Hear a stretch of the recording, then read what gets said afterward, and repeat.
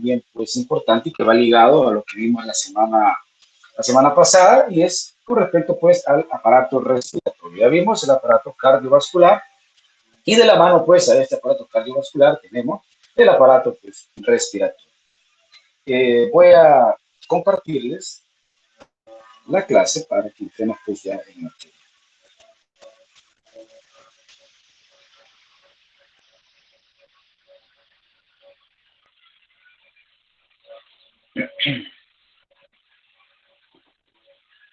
Ok, tenemos ahí el aparato respiratorio. Vamos a ver, ¿qué saben del aparato respiratorio? Estructuras que lo conforman, cuáles sus principales funciones, si saben pues dónde inicia, dónde termina, qué elementos incorpora, vamos a ver. ¿Alguien sabe? ¿Alguien me puede decir algo del aparato respiratorio? Es una reseña ahí del aparato respiratorio. A ver, Chuck, dígame, dígame. serían los componentes del sistema respiratorio, los pulmones y las vías Ajá, aéreas. y las vías aéreas. Dentro de las vías aéreas vamos a ver cuáles son pues estas vías aéreas. Ajá. ¿Alguien más con referente pues a la función? ¿Cuál es la función del aparato respiratorio?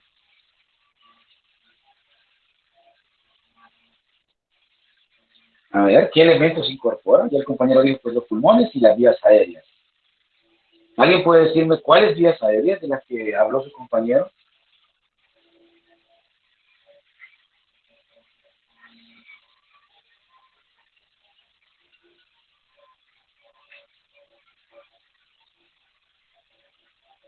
¿Quién sabe otros elementos? ¿Qué Es el más? que consiste ¿Qué en más? llevar, es el que Sí. consiste en llevar el oxígeno a través a través del oxígeno, es el que consiste en llevar el oxígeno a través de la sangre y elimina la andridodio, algo así creo que. Anhídrido carbónico. Ya, Ujú. creo. Así, ¿verdad? Anhídrido carbónico. Ajá. Andri- Ajá, sí. de carbono, sí. Ajá, correcto. Correcto. Intercambio gaseoso. ¿Algo más? ¿Algo más? ¿Algo más que haga Que ese aparato respiratorio? transfiere el oxígeno desde el aire inhalando la sangre y dióxido de carbono desde la sangre y también regula el equilibrio de la base y ácido de los líquidos corporales. Ajá, o sea, ayuda pues en la homeostasis, controlando pues, como ya dijo su compañero, aquel factor ácido base.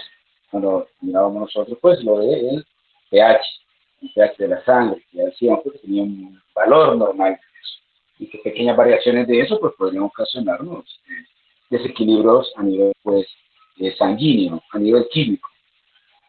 Entonces, como ya lo dijeron ustedes, pues, dentro de las funciones principales que tiene este aparato respiratorio es eso, permitir pues el intercambio gaseoso.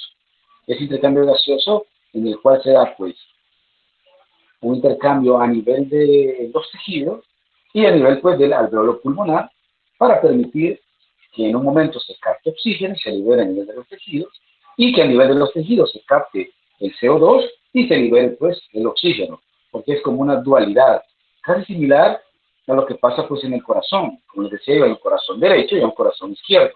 El corazón derecho se encarga de llevar esta sangre con poco oxígeno hacia los pulmones. ¿Para qué? Para liberar el CO2 ahí, pero a la vez captar el oxígeno que regresa por las venas pulmonares a la aurícula izquierda para que esta pase luego al ventrículo izquierdo y este sea llevado pues a todos los tejidos a través de la circulación sistémica. Y que teníamos pues los dos tipos de circulación, la circulación sistémica y la circulación pulmonar. Entonces lo mismo pasa acá. Hay una circulación que permite captar el oxígeno a nivel pulmonar, pero llegar a liberarlo a los tejidos. Y en los tejidos se encarga de captar la sangre, ese dióxido de carbono, para liberarlo a nivel de los pulmones. Ya vamos a ver pues todos esos procesos. Bien, después de esa pues pequeña introducción, que muy bien sus compañeros tocaron pues algunos elementos importantes y algunos procesos de los que vamos a ver pues a continuación. Vamos a decir entonces que ese aparato respiratorio de que estuvimos hablando tiene algunos elementos de lo que hablaron de sus compañeros. Este aparato respiratorio contribuye con la homeostasis al ocuparse del intercambio gaseoso que dijeron sus compañeros. O sea, el intercambio de oxígeno y del dióxido de carbono entre el aire atmosférico, la sangre y las células de los tejidos, porque ahí es donde están esos intercambios. El aire atmosférico pasa a nivel pulmonar, luego pasa a la sangre y se incorpora pues a los tejidos.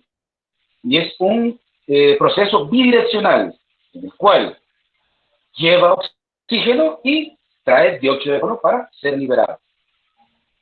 Como le decía su compañero también, contribuye a ajustar el pH de los líquidos corporales. Pregunto, ¿recuerdan qué era el pH? ¿Qué significa pH? ¿Alguien recuerda? ¿Qué significa así las dos letras, pH? ¿Alguien lo recuerda? Ajá. ¿Nadie? ¿Alguien recuerda qué es el pH? Así como tal. ¿No? Vamos a recordar. El pH significa potencial hidrógeno. Hola, hola. El pH Dígame. que no es la que mide el porcentaje de acidez. O sea, sí, el pH mide pues, la acidez de una sustancia. Pero les deseo que el término, sí, el pH significa potencial hidrógeno. O sea, la cantidad de iones hidrógenos que andan pues, en una sustancia, por decirlo de alguna manera. Y eso significa potencial hidrógeno. Y ya lo dijo usted, mide la acidez. Porque entre más hidrógenos hay libres, aumenta pues el pH. Y entre menos hidrógenos hay, entonces la sustancia es más alcalina, o sea, más básica. Por eso es que eso significa potencial hidrógeno. Y mide eso. Mide pues el pH pues, de una sustancia. Bien. Entonces de esta manera participa pues el aparato respiratorio en la homeostasis, en alguna parte. Las células utilizan pues el oxígeno para permitir pues que se den reacciones metabólicas que liberan energía. Lo que hace que se dé pues un intercambio de esa energía a través de una moneda energética que utiliza la célula. Cuando la célula utiliza el oxígeno y quiere generar energía, utiliza pues una moneda energética que se llama ATP. Y el ATP es la adenosín trifosfato. Este adenosín trifosfato es el que permite que se dé una reacción metabólica cuando se necesita energía. La célula lo utiliza como una moneda de cambio. Cual necesita algo, utiliza este ATP para generar energía y se puede dar pues una reacción metabólica. Esto se da también simultáneamente con aquella reacción de la liberación del dióxido de carbono, que es lo que hace pues nuestro sistema respiratorio. Captar ese oxígeno a través de reacciones metabólicas, lo liberan a nivel de los tejidos, pero esa liberación, cuando este oxígeno entra a la célula, necesita pues de energía, y esa energía es dada en forma de adenosín trifosfato. Pero a la vez, este proceso hace que haya un sustrato o un metabolito de desecho que es el CO2. Entonces, este CO2 es captado nuevamente por la circulación y llevada pues a los pulmones para que este CO2 sea liberado por medio de la respiración. Y de esa manera pues es que actúa el sistema pues, respiratorio. Bien, este aparato respiratorio del celoso compañero que decía que es los pulmones y la vía aérea, es lo que ustedes están viendo acá. Es lo que ustedes están viendo en ese dibujito. Dónde comienza y dónde termina.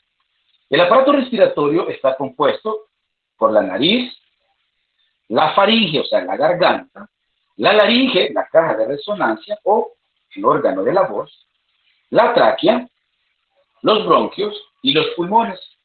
Ya nos vamos a dar cuenta nosotros que hay otras estructuras anexas ahí, que no necesariamente son estas que estamos mencionando, pero estas son como las de mayor importancia, porque dentro de ellas hay otras estructuras que forman parte de estas que son un poquito más grandes, por decirlo así. Pero todo esto comienza a nivel de las fosas nasales, porque es ahí donde entra el aire de la atmósfera a nuestro sistema respiratorio. Entonces, el viaje es desde la atmósfera, se capta el aire, pasa por las fosas nasales, pasa por la faringe, la laringe, la tráquea y se divide pues en el bronquiolo primario derecho e izquierdo y luego estos bronquiolos se ramifican. Pero en términos generales, esto es el recorrido que hace el aire cuando entra pues a nuestro organismo. Entra por la nariz y hace este recorrido. Ya vamos a ver cada una de esas partes por las cuales pasa el aire que nosotros respiramos, hasta llegar pues a los pulmones. Por eso es que decimos que dentro de las partes o de los componentes del sistema respiratorio están la cavidad nasal, las fosas nasales, la faringe, la laringe, la tráquea y los bronquios, derecho e izquierdo, y los pulmones. Eso serían como en términos macro, en términos grandes, los elementos que forman parte pues, de este sistema respiratorio. Vamos a comenzar tocando la clasificación de esto. Podemos clasificarlo de dos formas. De una forma, si queremos decirlo, topográfico o anatómico, y la otra forma, desde el punto de vista fisiológico o funcional. La primera clasificación que tenemos es según la estructura. Según la estructura del aparato respiratorio, consta de dos porciones. Su compañero dijo las vías aéreas. Muy bien. Pero estas vías aéreas las podemos clasificar en superiores e inferiores, que es lo que están viendo ustedes. Entonces, según la estructura, el aparato respiratorio consta de dos porciones. El aparato respiratorio superior y el aparato respiratorio inferior. El aparato respiratorio superior incluye la nariz, la cavidad nasal, la faringe y las estructuras asociadas. O sea que la vía aérea superior incluye la nariz, o sea, la cavidad nasal, la faringe y se queda hasta la laringe, o sea, hasta este nivel. Eso es vía aérea superior. Pues vamos con la otra parte que es el aparato respiratorio inferior. Este incluye parte de la laringe, la parte inferior, la tráquea, los bronquios y los pulmones. Pero ya vamos a ver que dentro de estos bronquios también se ramifica en otras estructuras más pequeñas. Pero entonces aquí a nivel de la laringe hacemos un corte entre el aparato respiratorio superior o las vías aéreas superiores y las vías aéreas inferiores. Eso es una clasificación. Eso es una clasificación según la estructura del aparato. Porque tenemos otra, y esta es desde el punto de vista funcional. De acuerdo a la función, el aparato respiratorio lo podemos dividir en una zona de conducción y una zona respiratoria. Es casi similar cuando mirábamos o veíamos el corazón, que decíamos que hay una circulación sistémica y hay una circulación pulmonar. Entonces es similar esta clasificación. Porque tenemos una zona de conducción. Cuando hablo de zona de conducción, quiere decir que son estructuras que solo sirven o permiten el paso de una sustancia o de algo. Como en el caso, digamos, de nosotros, si queremos, pues, si estamos en nuestra casa y queremos ir a la universidad, necesitamos de un vehículo, ya sea un vehículo propio, o sea, pues, que utilicemos el transporte colectivo. Entonces, esa zona de conducción sería ese vehículo que nosotros utilizamos para trasladarnos desde nuestra vivienda a la universidad. Entonces, lo mismo hace el sistema respiratorio. Tiene un sistema de órganos o conductos que lo que permiten es nomás transportar el aire. O sea, solo lo transportan. Y hay otras estructuras que permiten ya el intercambio gaseoso. Entonces, eso es como, en términos generales, la diferencia entre la zona de conducción y la zona respiratoria. La zona de conducción solo permite transportar el aire. Ya vamos a ver que tiene otras funciones importantes también, pero para comprender ese aspecto, quedémonos con eso. Que la zona de conducción permite transportar ese aire. Ya la zona respiratoria permite el intercambio gaseoso, o sea, que se capte oxígeno y se libere el CO2, o que se capte el CO2 a nivel de los tejidos y se libere el oxígeno. Bien, entonces decimos que esta zona de conducción está compuesta por una serie de cavidades y tubos interconectados, tanto fuera como dentro de los pulmones. ¿Cuáles son esas estructuras que permiten transportar ese aire atmosférico? Como ya lo vimos anteriormente, tenemos principalmente las fosas nasales. O sea, ahí comienza todo. A nivel de la nariz, ahí comienza pues a entrar el aire a nuestro organismo. Tenemos la cavidad nasal, pasamos a la faringe, a la laringe, a la tráquea, a los bronquios, y hay otras estructuras que se llaman bronquiolos y bronquiolos terminales, que ya los vamos a ver. Hasta ahí llega la zona de conducción. Vuelvo a repetir, la zona de conducción está compuesta por una serie de cavidades, ustedes lo pueden ver ahí en esa imagen. ¿Cuáles cavidades? También hay una serie de tubos interconectados, tanto fuera como dentro de los pulmones. Y decíamos, esta zona de conducción la conforman la nariz, la cavidad nasal, la faringe, la laringe, la tráquea, los bronquios, los bronquiolos y los bronquiolos terminales. Hasta los bronquiolos terminales termina la zona de conducción. Si yo les pregunto, ¿dónde inicia la zona de conducción? Ah, la nariz. ¿Dónde termina la zona de conducción? En los bronquiolos terminales. O sea, esta zona no hay intercambio gaseoso. O sea, aquí no hay intercambio de oxígeno por dióxido de carbono. No, solo sirve para transportar el aire. ¿Cuál es la función entonces de esta zona de conducción? Permite filtrar el aire, calentarlo y humidificarlo, o sea, la humidificación del aire. O sea, el aire ambiente es seco, es frío, entonces para que entre a nuestro sistema necesitamos hacerlo más cálido. Entonces de eso se encarga esta zona de conducción. Que ese aire seco de nuestra atmósfera, o sea, que está afuera, cuando entre a mis pulmones ya entre humidificado, que entre calientito y que entre filtrado de partículas como el polvo o otros alérgenos. De eso se encarga esta zona de conducción. Entonces, en esta zona no hay intercambio gaseoso. Solo sirve para transportar el aire desde la atmósfera hasta mis pulmones. Pero sí tiene esas tres características peculiares, que permite filtrar el aire, permite calentarlo y humidificarlo. De esto se encarga.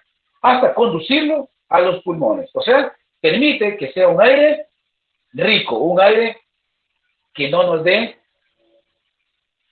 una resequedad de nuestra vía aérea. Entonces, de eso se encarga esa zona de conducción.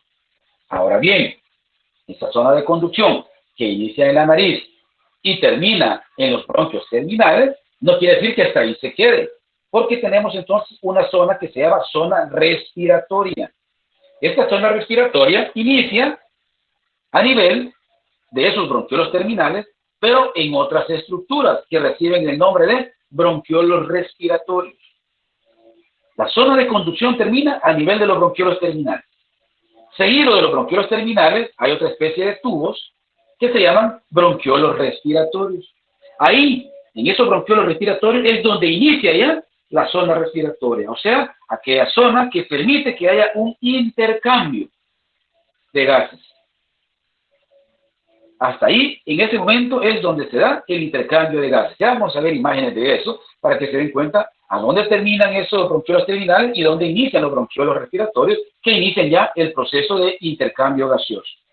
¿Cuáles estructuras son las que permiten, pues, que se dé el intercambio gaseoso o que forman parte de la zona respiratoria? Todo comienza en los bronquiolos respiratorios, sigue por los conductos alveolares, luego van los sacos alveolares y termina, pues, en los alveolos, que los alveolos es la zona donde se da el mayor intercambio de gas, en el cual se capta el oxígeno y se manda para el torrente sanguíneo hacia los tejidos y a la vez se libera ahí el dióxido de carbono para que éste sea expulsado por la respiración. Entonces, tenemos desde el punto de vista fisiológico o funcional dos zonas. La zona de conducción, que solo me transporta el aire, y la zona respiratoria, que es la zona en la cual ya se da el intercambio de gases, en el cual se intercambia el oxígeno por el dióxido de carbono. ¿Estamos bien, jóvenes, hasta ahí? ¿Se comprenden esas dos zonas?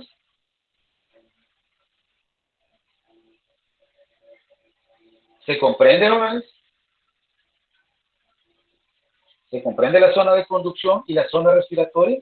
¿Qué hace una y qué hace la otra? ¿Hola? Sí, se comprende. Ok, perfecto. Bien, entonces dejamos ya esta clasificación, dejamos ya la clasificación en vía aérea superior y en vía aérea inferior, y dejamos ya la clasificación pues de su función, y vamos a pasar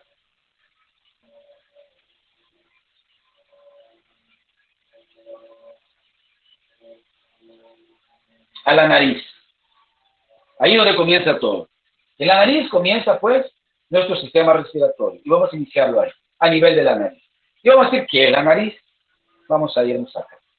Tenemos de la nariz una porción externa y tenemos una porción interna de la nariz. O sea que la porción interna de la nariz sería esta parte de acá. Es la porción interna de nuestra nariz, y tenemos la porción externa.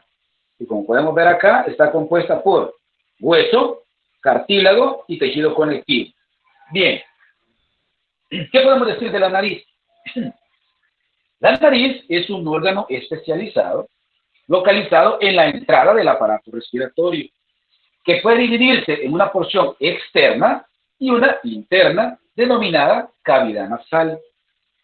La porción externa es la parte de la nariz visible en la cara y consiste de un armazón de soporte óseo, y de cartílago y alino cubierto por músculo y piel y revestido por mucosa en la parte interna.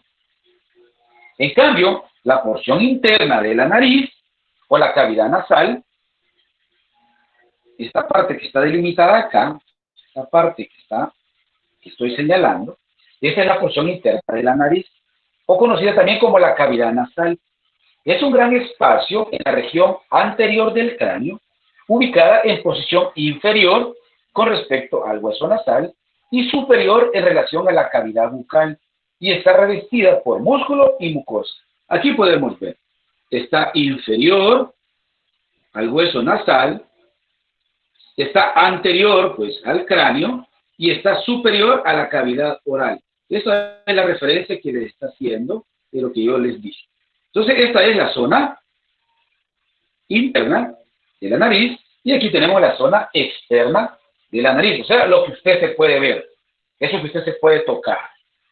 Esta porción externa de la nariz que usted está viendo ahí está formada por un marco óseo, o sea, hueso duro, y también constituida, pues, por cartílago. ¿Cuáles huesos de la cara y del cráneo participan en la formación de esta parte ósea de la cara? Tenemos, principalmente, el hueso frontal, los huesos nasales y parte del maxilar superior. Parte del maxilar superior. Vuelvo a repetir. ¿Cuál es la parte dura? O sea, la parte ósea de la nariz. Tenemos el frontal, los nasales y parte del maxilar superior. Luego tenemos estructuras cartilaginosas, la cual está formada por el cartílago septal, que forma la porción anterior del tabique nasal. O sea, el tabique septal es el tabique que está en medio. Eso es un cartílago. Ese cartílago se llama cartílago septal, o sea, está al centro. Y es lo que nos forma el tabique nasal, la parte de acá. Luego tenemos otros dos cartílagos que están a los lados, y son los cartílagos nasales laterales, este que está viendo usted acá. Del otro lado también hay uno, pero aquí solo estamos viendo el de este lado. Este es el cartílago nasal lateral. Debajo de los huesos nasales, o sea, de estos huesos nasales, también podemos encontrar nosotros otros cartílagos que tienen forma alar, o sea, que hacen que se dé el ensanchamiento, pues, de la nariz. Y esos son los cartílagos alares, estos que están viendo acá, los cartílagos alares de su nariz. Eso es lo que usted se puede tocar y lo puede deprimir de su nariz. Es lo que forma, pues, las fosas nasales en parte. Porque la base de este cartílago está formada por tejido conectivo y grasita. La base de su naricita está formada de tejido conectivo y grasita. Entonces, de esta forma es que está conformada la porción externa de la nariz. Por una parte ósea, por una parte de cartílago y una parte de tejido conectivo y grasa. Y eso, pues, le permite dar la flexibilidad que tiene la nariz. Usted se puede tocar la nariz y puede hacerla ver. Eso es dado debido a esos tejidos que están ahí, tejidos blandos, cartílago.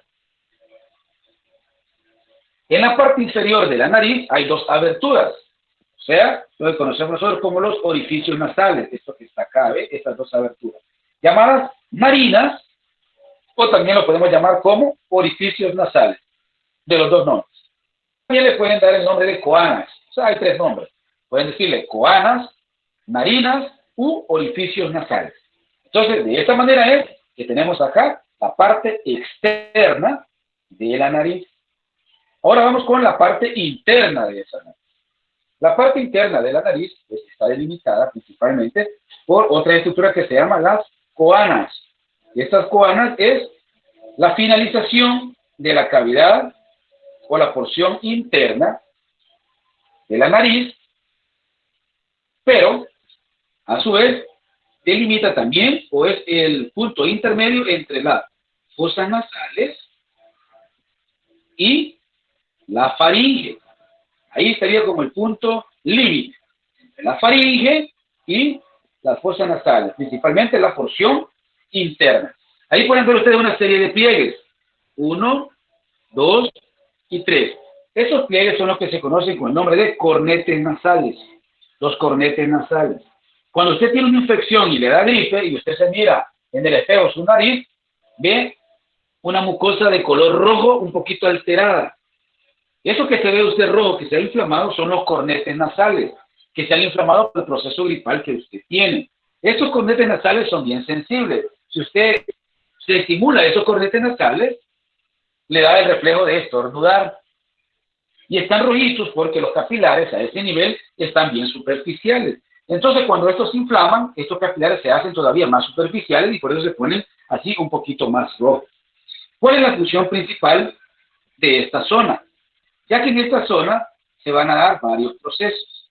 ¿Cuáles son esos procesos que se van a estar dando en estas estructuras internas de la nariz?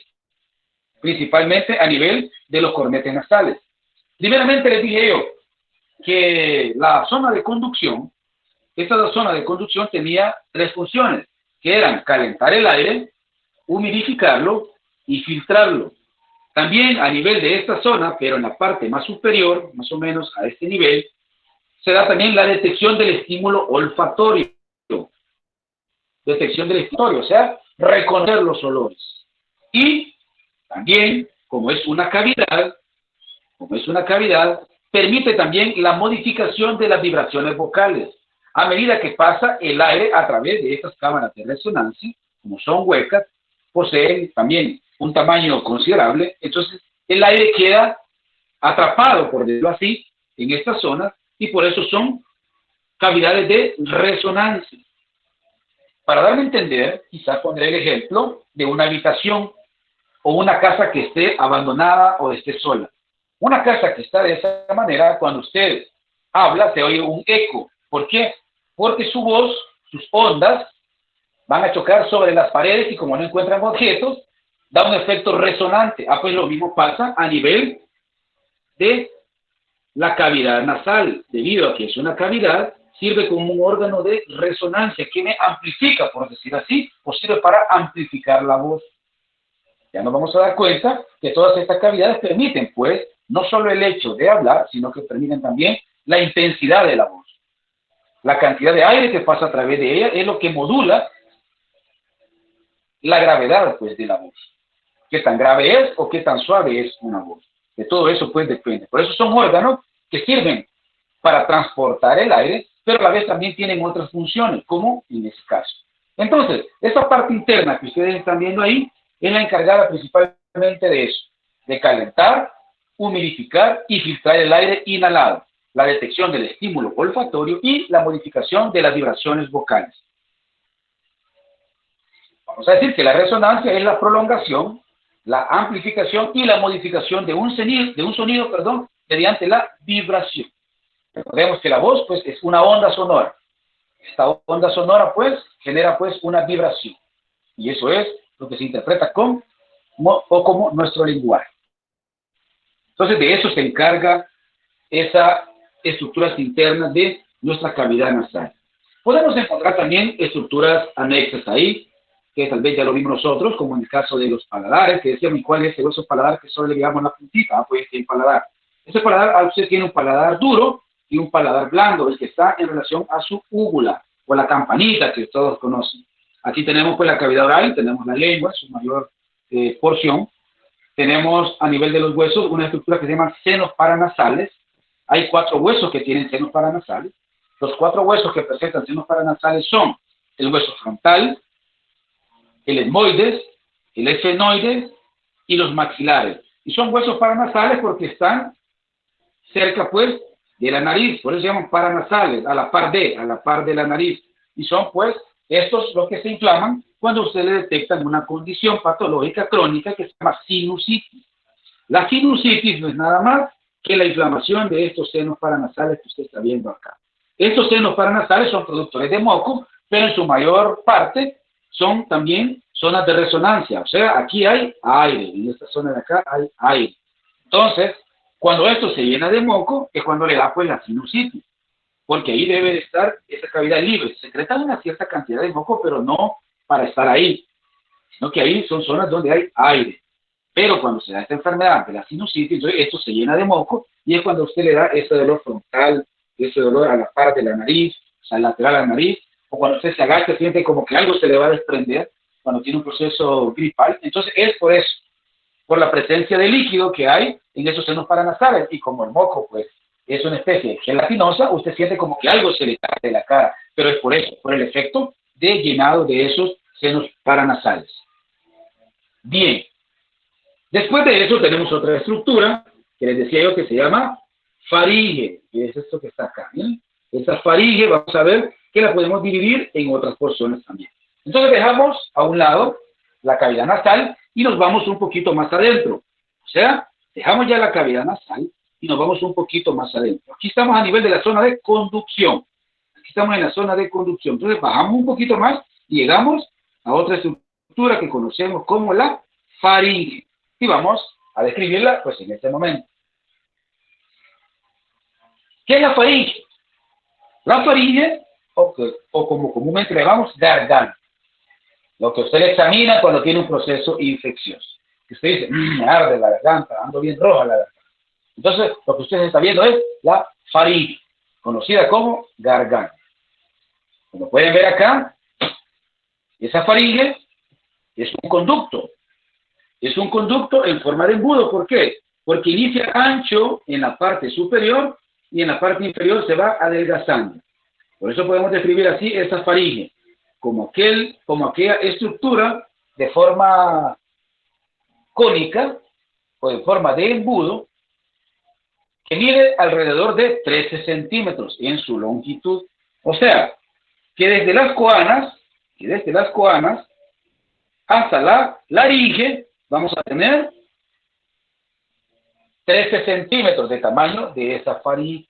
O sea, tiene 13 centímetros de longitud, que comienza a nivel de las narinas internas, o sea, a nivel de acá, y se extiende hasta el nivel del cartílago cricoides, que es el más inferior de la laringe. Por eso el deseo que está delimitada desde las coanas internas hasta la laringe, a nivel de un cartílago que se llama cartílago cricoides, perteneciente a la caja de resonancia que conocemos como laringe. Ya vamos a ver esa estructura. Entonces ahorita nos quedamos a nivel de acá, a nivel de la faringe, que es zona de conducción. Claro, esta zona de conducción o la faringe, vemos nosotros pues que participa también la cavidad nasal, pero también participa la cavidad oral. O sea, esta es la boca, aquí tienen la lengua. Entonces la faringe recorre también desde las fosas nasales, la boca, hasta llegar a la laringe, o sea, todo ese recorrido. todo este recorrido hacia la faringe. Cuando usted lo examina, lo que le ven es esta parte de la laringe. No le están viendo esta parte, le están viendo la parte que está en relación a su boca, de la faringe. Bien, la faringe se localiza detrás de las cavidades nasales y está por encima de la laringe y delante de las vértebras cervicales. Y usted lo puede estar viendo aquí. Está atrás de las fosas nasales, delante de la columna vertebral, específicamente de las vértebras cervicales, y está por atrás de la cavidad oral. Eso es la faringe. La pared de esta faringe está compuesta por músculos esqueléticos y está revestida por mucosa. O sea, la mucosa es un tipo de tejido que produce pues secreción. Entonces, esta secreción mantiene o permite mantener humectada pues esas zonas. Cuando usted se revisa su boca, ve que siempre hay humedad ahí. Nunca está seco totalmente, siempre hay humedad. Entonces, esa humedad es característica del tejido que recibe el nombre de mucosa. Por eso recibe eso. Mucosa viene de moco, o sea, una sustancia gelatinosa. Esta faringe la podemos dividir nosotros en 3 zonas, que son las que ustedes están observando ahí. La faringe la divide en una nasofaringe, la nasofaringe, la que está en relación a las fosas nasales.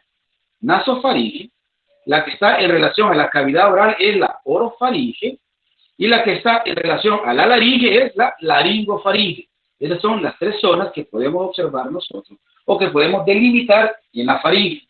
Vuelvo a repetir, la faringe la dividimos en 3 zonas. Una nasofaringe, la que está en relación con las fosas nasales, la orofaringe, que está en relación a la boca, y la laringofaringe, que está en relación a la laringe. Por eso recibe la laringofaringe en relación a la laringe. Podemos observar otras zonas acá. Aquí tenemos pues los cornetes nasales. Miren, cornete nasal superior, el medio, el inferior. Tenemos pues la lengua, el paladar duro, el paladar blando y los senos paranasales. Las estructuras pues que estábamos viendo en la lámina anterior. Bien, ahora vamos a bajar un poquito más y llegamos a este nivel. Esto es lo que se conoce como la laringe. Si nos vamos para la otra imagen, entonces tenemos a este nivel la laringe. A este nivel tenemos la laringe. Ya vamos a describir. Esta laringe es esta estructura que pueden ver ahí, porque la laringe está delimitada por cartílagos, y son los cartílagos que vamos a delimitar en este momento. La laringe la conocemos también como la caja de resonancia. Esta es un conducto corto que conecta la laringofaringe, o sea, la parte más inferior de la faringe, con la tráquea. O sea, que la tráquea la tenemos nosotros ya en la parte inferior. O sea, esto es ya parte, pues, de la tráquea. Por eso dice que en la parte superior se conecta con la laringofaringe y en la parte inferior con la tráquea. Ahí ustedes pueden observar a la tiroides. Esta es la tiroides, y en la porción posterior tenemos a la paratiroides con sus 4 lóbulos. 1, 2, 3, 4. Esa es la hormona, la glándula paratiroides, y la de enfrente es la famosa tiroides que vimos en las clases anteriores.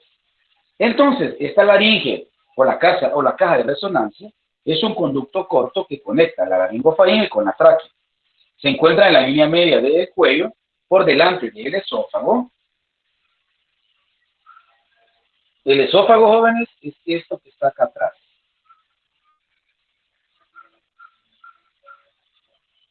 Esto es el esófago. Por eso dice que la laringe está por delante del esófago. Aquí vamos a ver una estructura importante. Entonces aquí tenemos el esófago, y entonces la laringe está por delante del esófago. Porque el aire que usted respira entra acá, sigue este recorrido por la faringe, llega a la laringe a través de la epiglotis y continúa acá hasta la tráquea. No se va por el esófago. Por el esófago se van sus alimentos.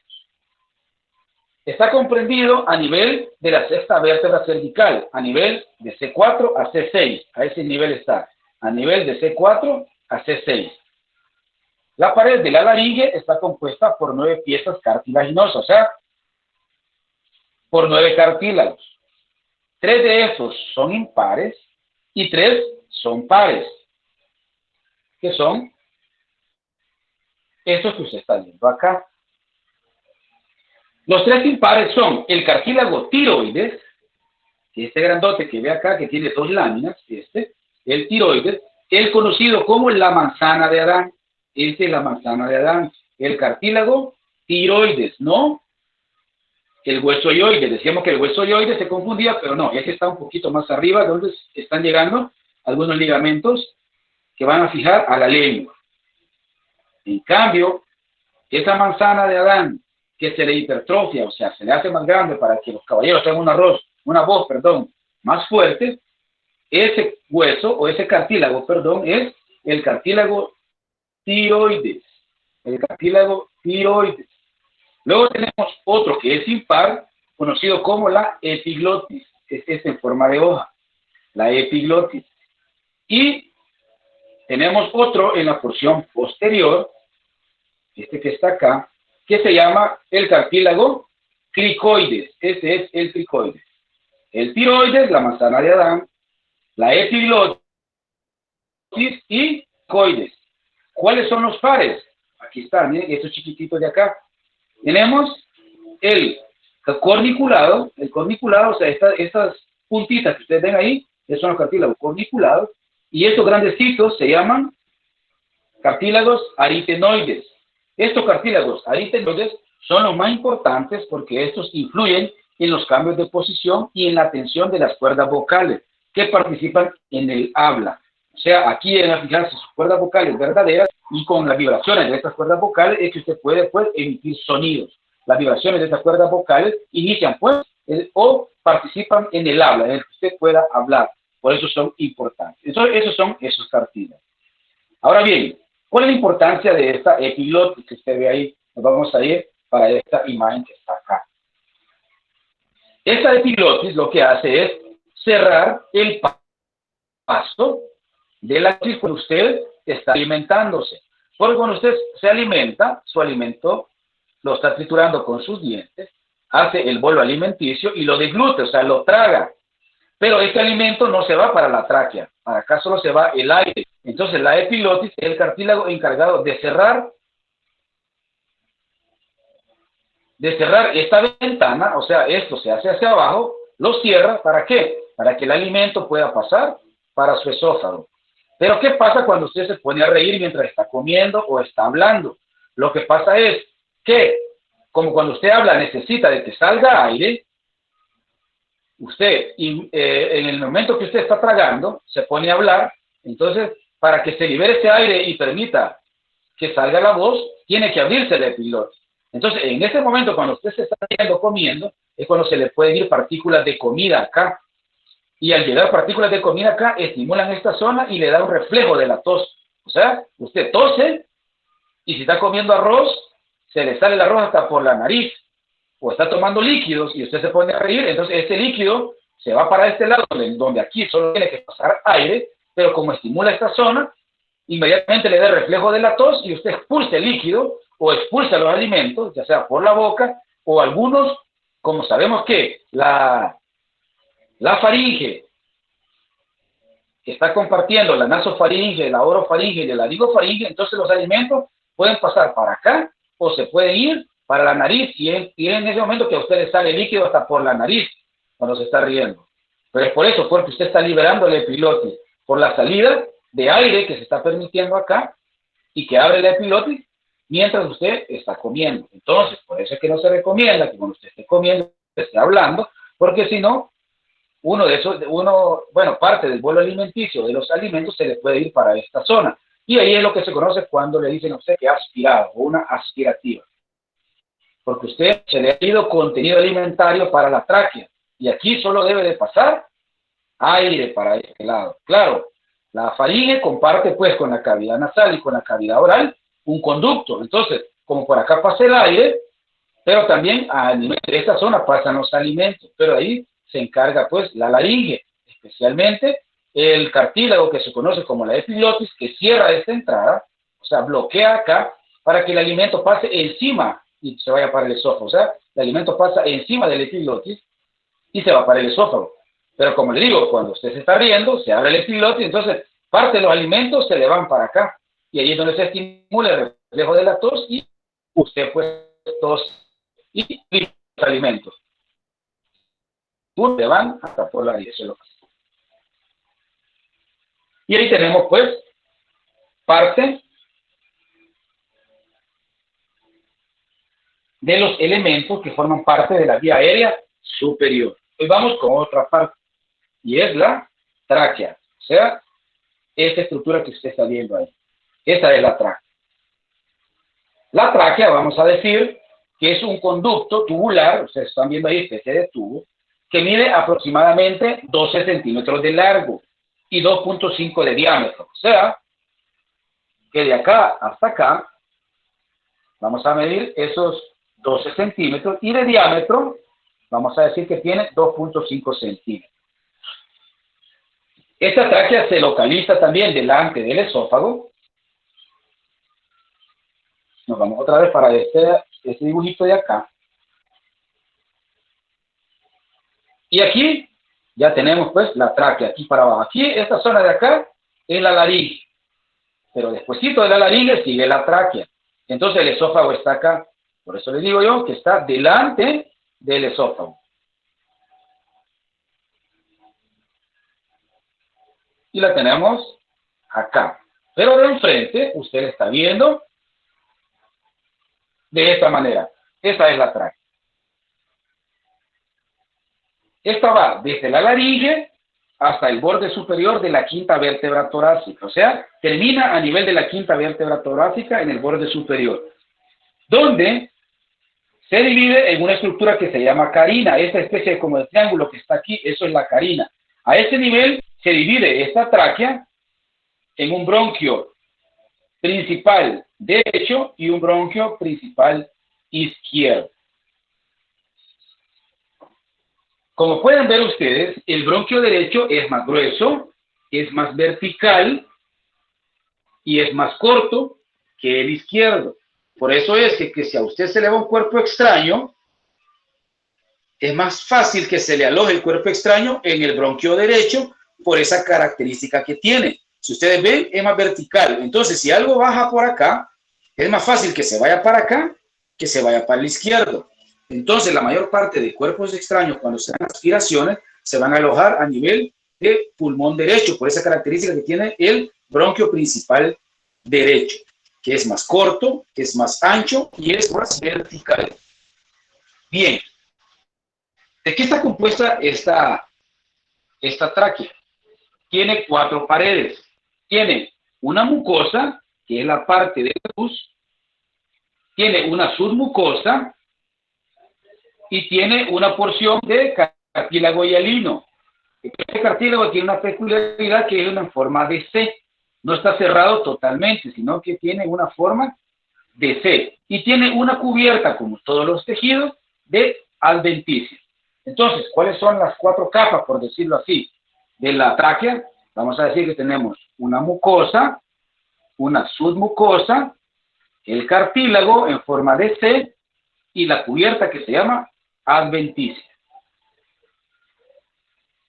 ¿Qué otras características podemos decir de esta tráquea? Tiene entre 16 a 20 anillos, son los que están viendo ustedes ahí. Cada una de esos anillitos celestes pues, es un cartílago de la tráquea. Y vamos a decir que esta tráquea se compone entre unos 16 a 20 anillos en forma horizontal, incompletos debido a que el cartílago tiene una disposición que parece una C, que se encuentra apilado una sobre otra, la cual los mantiene unidos. La porción abierta de cada anillo cartilaginoso, como lo están viendo acá, o sea, la parte de atrás de este anillo es la que está abierta. Está orientado en dirección posterior, o sea, en dirección al esófago o en dirección a la columna vertebral. Este cartílago permanece unido debido a la presencia de una membrana fibromuscular. O sea que esta C, que ustedes ven acá, en la parte posterior está unida por una membrana. No quiere decir que eso esté abierto, sino que está unido, claro, por una membrana. Pero si usted hace un corte de la tráquea, usted va a ver esa distribución, va a ver esta conformación de el cartílago traqueal. Entonces, vamos a decir que esta carina es una zona bastante, ¿cómo es que se llama? Sensible. Cuando se estimula esta zona de acá es cuando le da el reflejo de la tos. Imagínese, le entra una partícula de polvo, la detecta la carina y eso hace que se dé el reflejo de la tos. Entonces usted tose, ¿para qué? Para poder expulsar esas partículas o ese cuerpo extraño que ha entrado. Eso es la tráquea. Esta tráquea, a su vez, se divide en otras dos zonas que son los bronquios. Los bronquios principales. Hay un bronquio principal derecho y un bronquio principal izquierdo, que es el que está entrando a nivel de los pulmones. Y es lo que vamos a ver a continuación.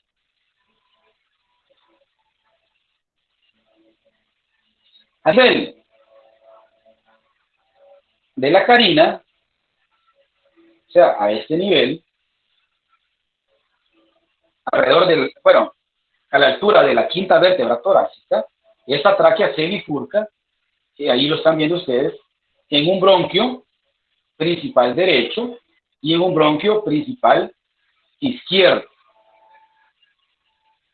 Este a su vez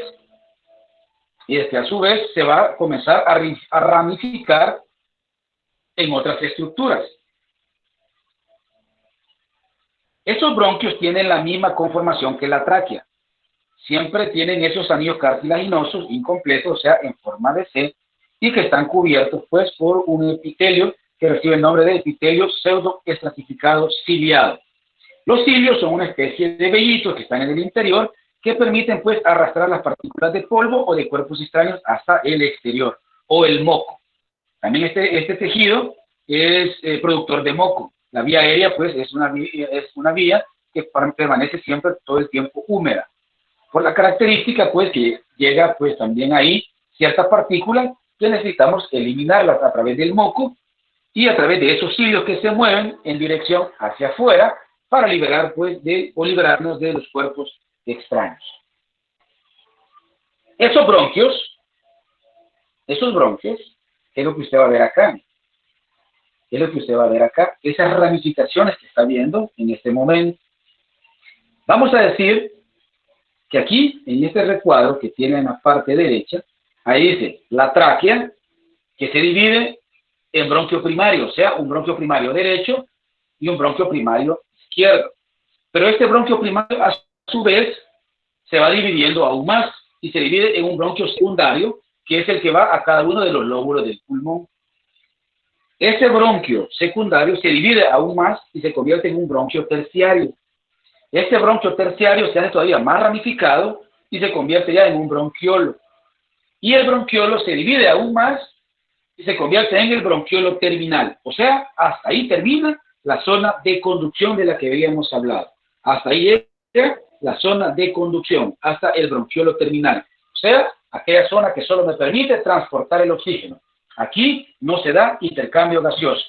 Hoy lo vamos a ver en la imagen. Entonces, en la imagen, todo comienza a nivel de la tráquea. La tráquea da un bronquio primario derecho y un bronquio primario izquierdo.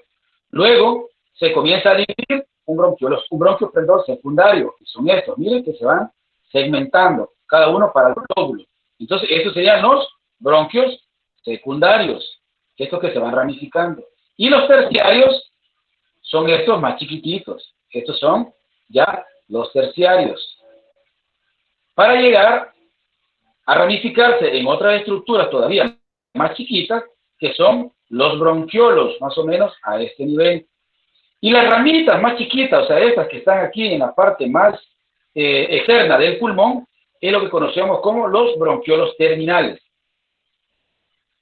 que los podemos observar acá. Esto es un bronquiolo terminal, estos serían los bronquiolos, estos serían los bronquios terciarios, bronquios secundarios y los bronquios primarios, si lo vamos viendo desde ese punto. O si no, bronquio primario, bronquio secundario, bronquio terciario, esto es más gruesecito, bronquio terciario. Luego vamos a los bronquiolos, estas ramitas están acá, los bronquiolos, y terminamos con los bronquiolos terminales, estas ramitas más chiquitas. Entonces, esto es la zona de conducción. O sea, hasta aquí solo hemos metido el aire a los pulmones, pero no ha habido intercambio gaseoso. Hasta aquí solo metemos aire a los pulmones. Ahora vamos a describir un poquito esa zona, que es la zona respiratoria, donde se da ya el intercambio gaseoso. Entonces, en esta imagen teníamos solo zona de conducción, donde se ramifica desde la tráquea, bronquio primario, bronquio secundario, bronquio terciario, bronquiolos y bronquiolos terminales. Hasta ahí termina la zona de conducción. Hoy nos vamos a la zona ya respiratoria, donde sí se da el intercambio gaseoso. Miren, aquí tenemos el bronquiolo terminal, que es parte de la zona de conducción. Lo tenemos aquí, bronquiolo terminal. Este bronquiolo terminal se va dividiendo y se convierte en un bronquiolo respiratorio a nivel de esta zona. Miren, el bronquiolo respiratorio. O sea, esta zona, aquí ya se da intercambio gaseoso. Aquí no. Aquí solo es la zona de conducción. Hasta este nivel, cuando llegamos al bronquiolo respiratorio, es que se comienza a dar ya la zona de intercambio gaseoso. O sea, a este nivel, bronquiolo respiratorio. Luego este se va subdividiendo en conductos alveolares, sacos alveolares y los alveolos. O sea, lo que estamos viendo nosotros acá. Tenemos el bronquiolo terminal, que forma parte de del sistema de conducción. Este se hace todavía más chiquito y se convierte en un bronquiolo respiratorio. Aquí sí ya se da la zona de conducción. Este bronquiolo respiratorio tiene también alveolos, tiene conductos alveolares, tiene sacos alveolares, que es la suma de alveolos. O sea, todo esto que ve acá es un saco, esto que ve acá es un saco, esto que ve acá es un saco, y cada una de estas chibolitas que ve usted individual, como que fueran un racimo de uvas, cada una de estas uvitas son los alveolos. Es la zona donde se da el intercambio gaseoso, donde se capta el oxígeno y se libera el dióxido de carbono. Pues es en esta zona que está usted viendo acá. Pero la zona respiratoria, o sea, donde se comienza a dar ya el intercambio gaseoso, es a nivel del bronquiolo respiratorio. Por si yo le pregunto, ¿dónde inicia la zona respiratoria? Usted va a decir, en el bronquiolo respiratorio. Aunque usted ya sabe que la unidad funcional del pulmón, donde se da el intercambio gaseoso per se, o sea, propiamente dicho, es en el alveolo pulmonar, en cada una de estas uvitas. Eso es un alveolo pulmonar. El conjunto de alveolos nos forma lo que es el saco alveolar. Y lo que va uniendo cada uno de estos sacos alveolares son los conductos alveolares. Hoy tenemos aquí un corte histológico. Así usted ve los alveolos a nivel del microscopio. Miren, el bronquiolo terminal, más gruesecito. Aquí tenemos un vaso sanguíneo y se convierte en un bronquiolo respiratorio. Aquí a este nivel se comienza a dar ya el intercambio gaseoso. Aquí no. En el bronquiolo terminal no. Esto es zona de conducción. Aquí comienza la zona respiratoria, donde se da el intercambio gaseoso. Entonces, tenemos el bronquiolo respiratorio, tenemos los conductos alveolares, y aquí todos estos son sacos alveolares, y los más chiquititos, los más redonditos, esos son los alveolos. Son los alveolos donde se da el intercambio per se gaseoso. ¿Estamos, jóvenes? ¿Estamos en la zona de conducción y en la zona respiratoria? ¿Estamos bien?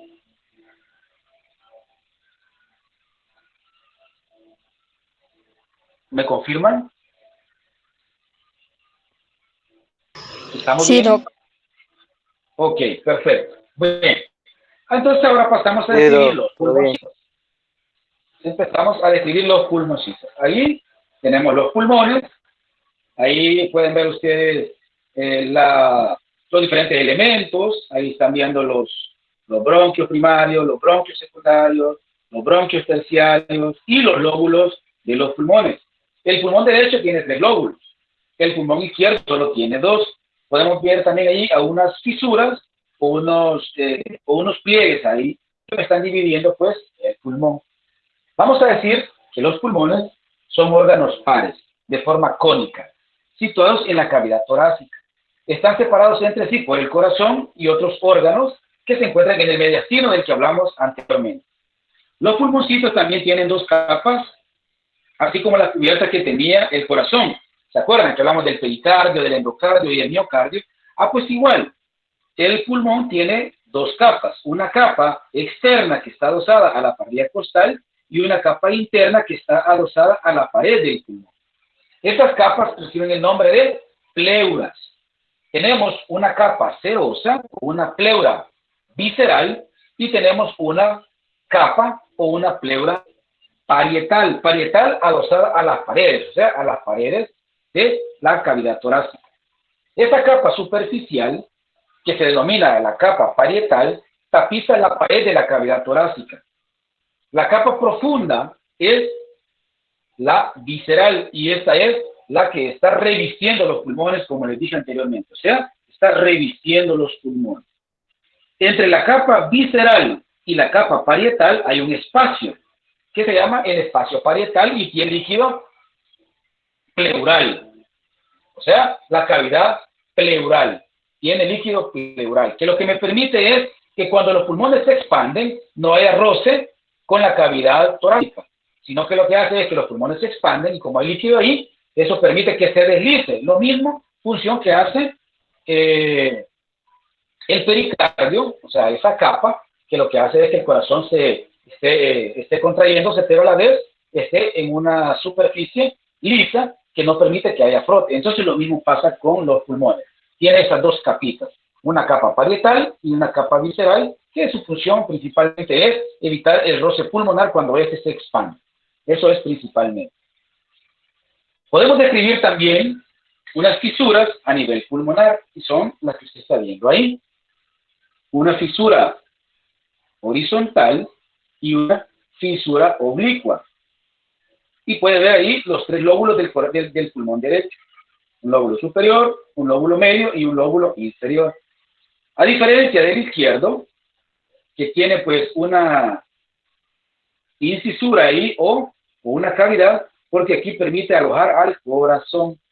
Entonces, por eso es que el pulmón izquierdo solo tiene dos lóbulos, para permitir el espacio que llega o donde está llegando pues, el corazón. Entonces ahí solo va a tener una fisura a nivel del pulmón izquierdo, y eso lo está dividiendo en dos lóbulos, un lóbulo derecho y un lóbulo superior y un lóbulo inferior. En el pulmón también podemos describir una zona que se llama ilio pulmonar. El ilio pulmonar es una zona en la cual están llegando, por decirlo de alguna manera, vasos sanguíneos, y son el sitio donde está ingresando el bronquio primario o el bronquio principal, y usted está viendo ahí una estructura que ya conoce. Para cuestiones académicas vamos a quedarnos con tres estructuras principales que están llegando al ilio pulmonar, y son las que usted ya conoce: la arteria pulmonar, las venas pulmonares y el bronquio principal. Estas son las tres estructuras principales que están llegando al ilio pulmonar. La arteria pulmonar, la que está llevando la sangre para que llegue oxigenada. Las venas pulmonares, las que están sacando la sangre oxigenada para que sea llevada a los tejidos. Y el bronquio principal, un bronquio principal derecho y un bronquio principal izquierdo, los que están llevando el aire pues desde el exterior. ¿Qué otras estructuras encontramos en el ilio pulmonar? Nervios y vasos linfáticos. Nervios y vasos linfáticos. Pero para cuestiones de examen nos vamos a quedar con tres.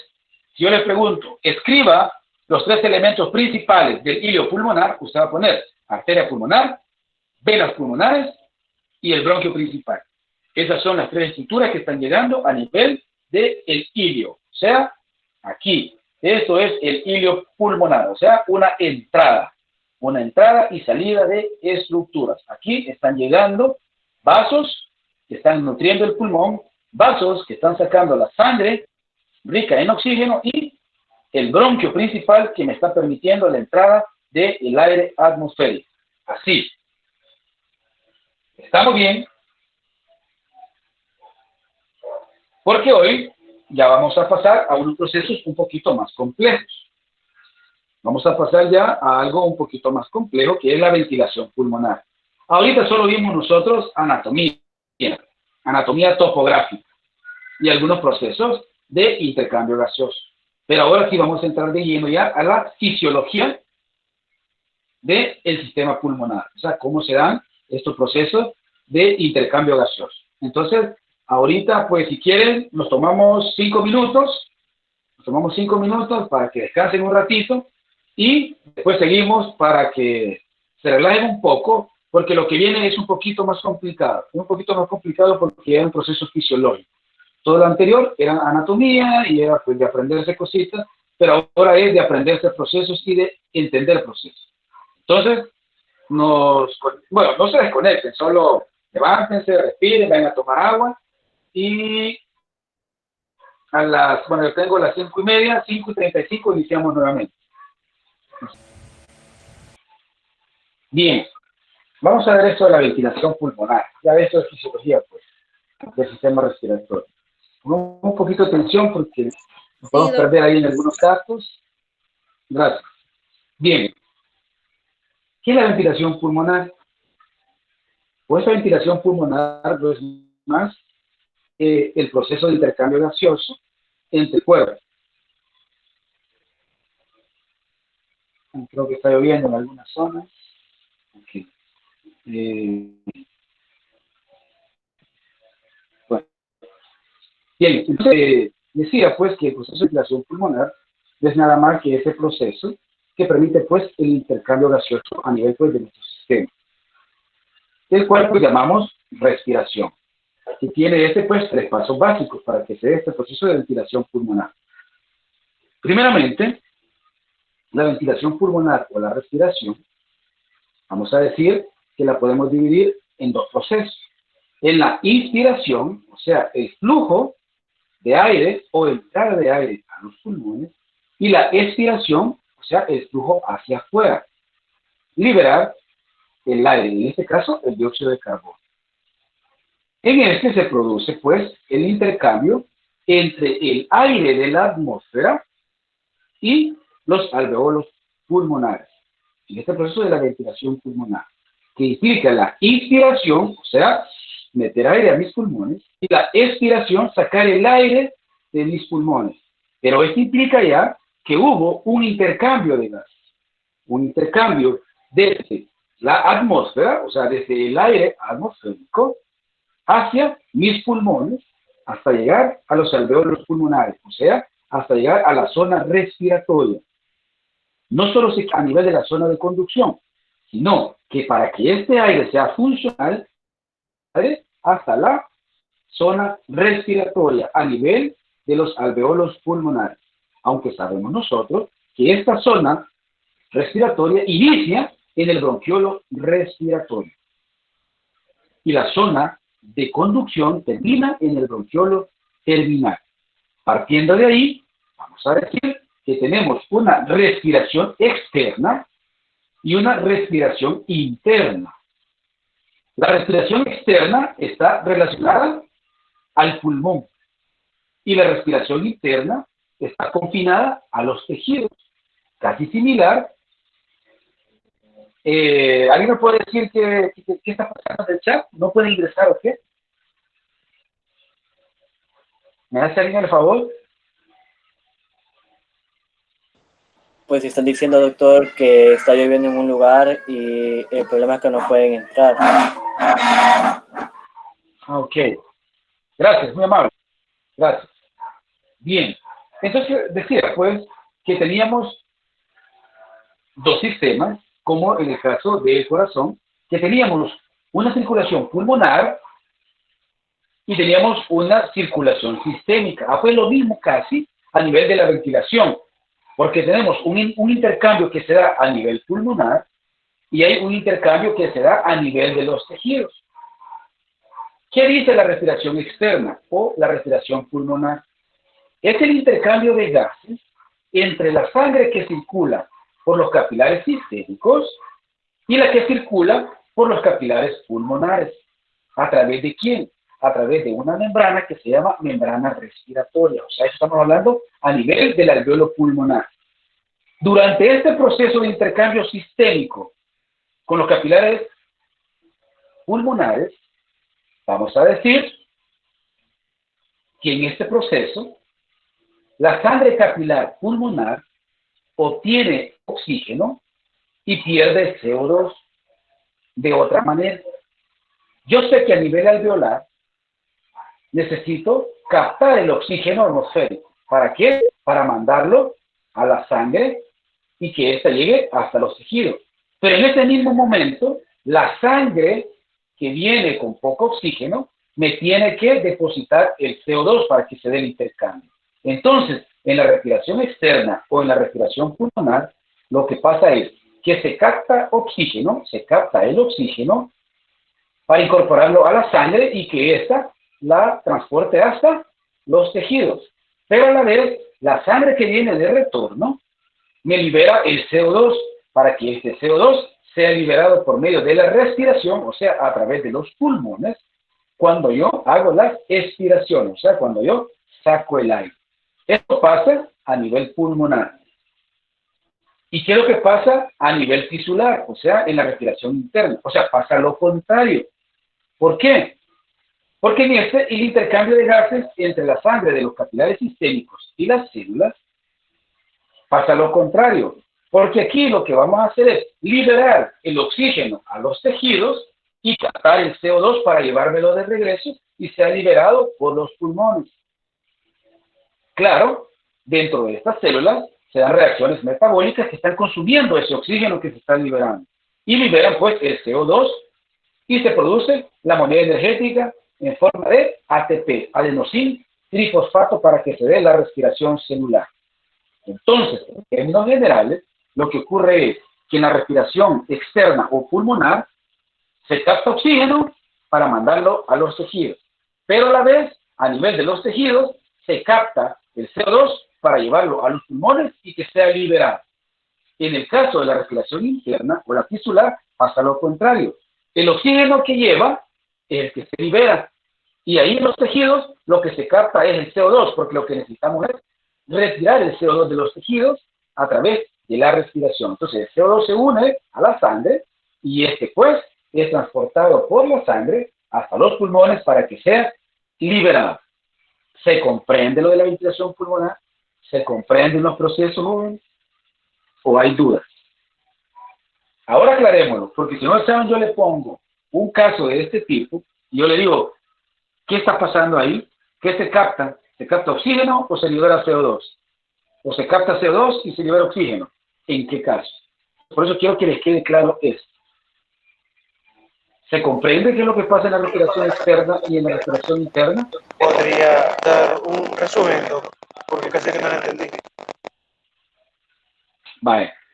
Les decía yo, pues, que el proceso de ventilación no es nada más que meter aire y sacar aire de los pulmones.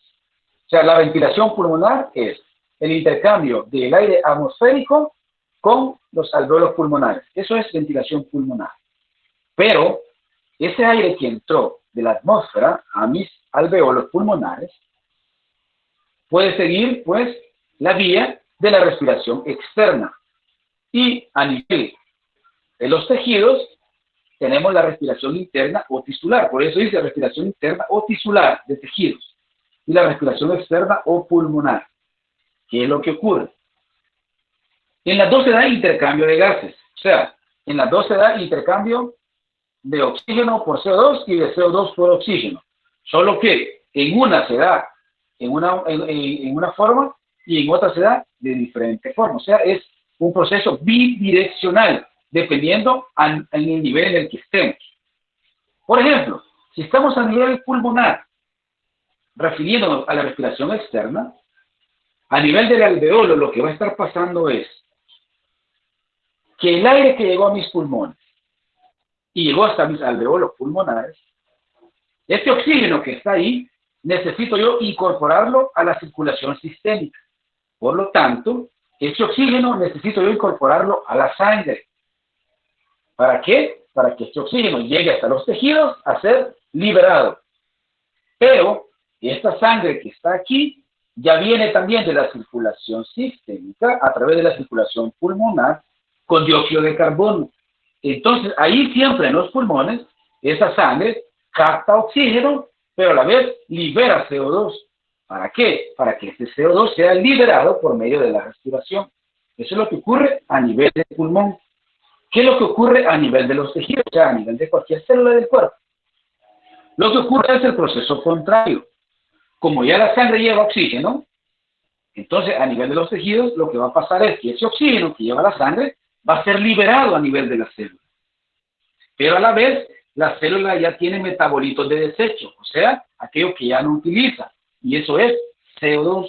Por lo tanto, a nivel de la célula, se va a estar liberando el oxígeno, pero a la vez se va a estar captando el CO2 para llevarlo nuevamente a la circulación pulmonar, para que ahí libere ese dióxido de carbono y comience el ciclo nuevamente. Se le vuelve a incorporar oxígeno y vuelve otra vez por la circulación sistémica, retorna por la circulación pulmonar para volverse a oxigenar y es un círculo vicioso. Por eso decíamos que la circulación es un circuito cerrado, que el inicio de uno es el final del otro. ¿Por qué? Porque tenemos venas y arterias, y estas son como los vehículos que me permiten transportar o que por ahí pase la sangre y esa sangre transporte, en este caso, el oxígeno y el dióxido de carbono. Ahora sí, jóvenes. Doctor, buenas tardes. Hola. Yo no he entendido muy bien lo de la respiración interna. La diferencia es que liberan el oxígeno en las células, no en los pulmones. Correcto, correcto. Porque, a ver, si usted está en los pulmones, ¿a qué llegamos los pulmones? Llegamos a recibir oxígeno y a liberar dióxido de carbono.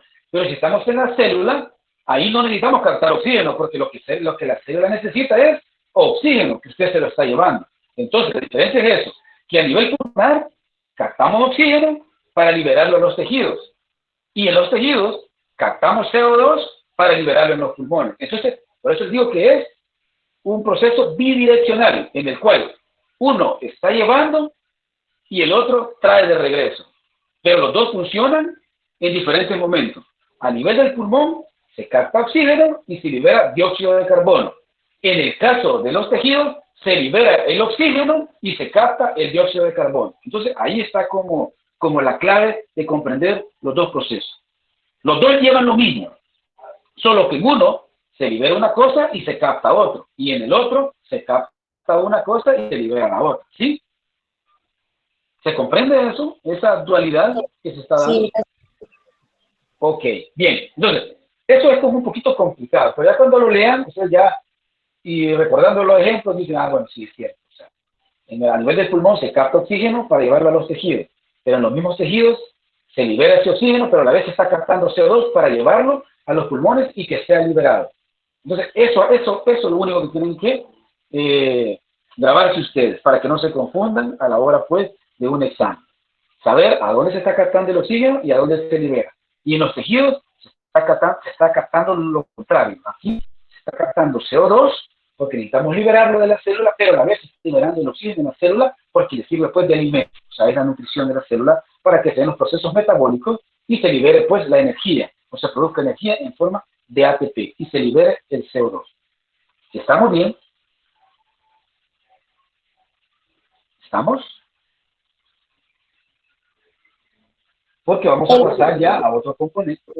¿Perdón? Ok, bien. Entonces pasamos, para comprender quizás de una mejor manera qué es lo que está pasando. Vale, vamos aquí a estar a nivel de la circulación, perdón, de la respiración pulmonar. A nivel de la respiración externa o la respiración pulmonar. Esto que ustedes están viendo en esta parte de aquí es un saco alveolar, el cual está constituido por un montón de alveolos. Aquí hicimos un corte y nos llevamos un alveolo para acá.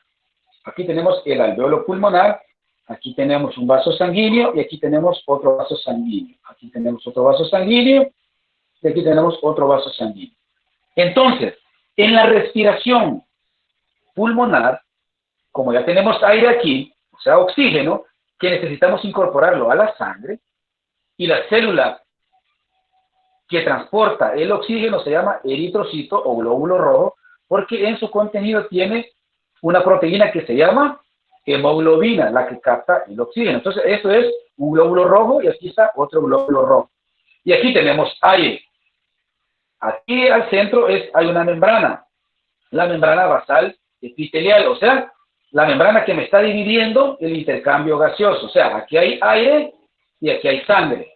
Entonces, a nivel del pulmón, en la respiración externa o pulmonar, lo que está ocurriendo es que como aquí hay oxígeno, y lo que necesito yo es mandar ese oxígeno a la circulación sistémica, entonces aquí ustedes están viendo el intercambio. Miren, el oxígeno se está incorporando al glóbulo rojo, pero a la vez, el glóbulo rojo que viene de la circulación venosa me está sacando o me está mandando el dióxido de carbono para este lado. ¿Para qué? Para que en la respiración ese dióxido de carbono sea liberado a través de los pulmones, a través del aire que yo estoy sacando de mis pulmones. Otra vez, hay aire aquí bueno, hay aire bueno en una inspiración, ese oxígeno bueno, o sea, ese aire, saca el oxígeno bueno y me lo manda para la sangre, para que se vaya a través de las venas pulmonares a la circulación sistémica. Pero a la vez, esta sangre de aquí que venía, por decirlo así, de la arteria pulmonar con poco oxígeno, pero viene cargado el CO2, entonces me da el intercambio aquí, me intercambia oxígeno por dióxido de carbono. Este oxígeno se va para la circulación, para ir a nutrir a todos los tejidos, y este dióxido de carbono de desecho se mete al alveolo para que el pulmón lo sea liberado, o este dióxido de carbono sea liberado por la respiración pulmonar.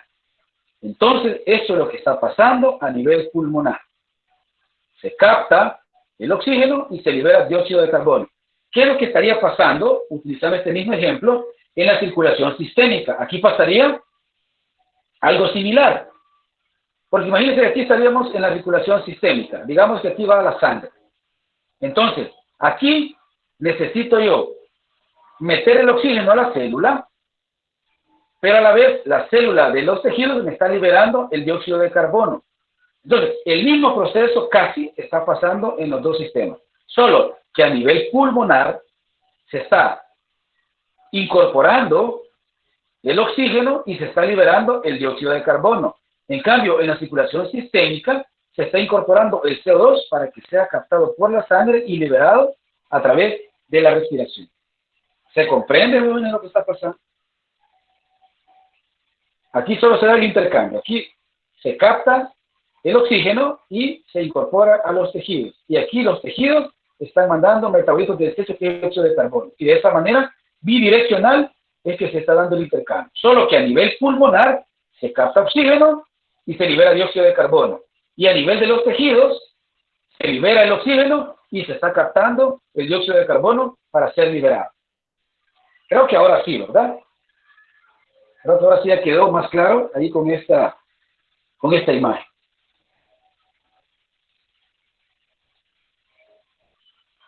Pasamos entonces a otro proceso, que es la inspiración, o sea, meter aire a los pulmones.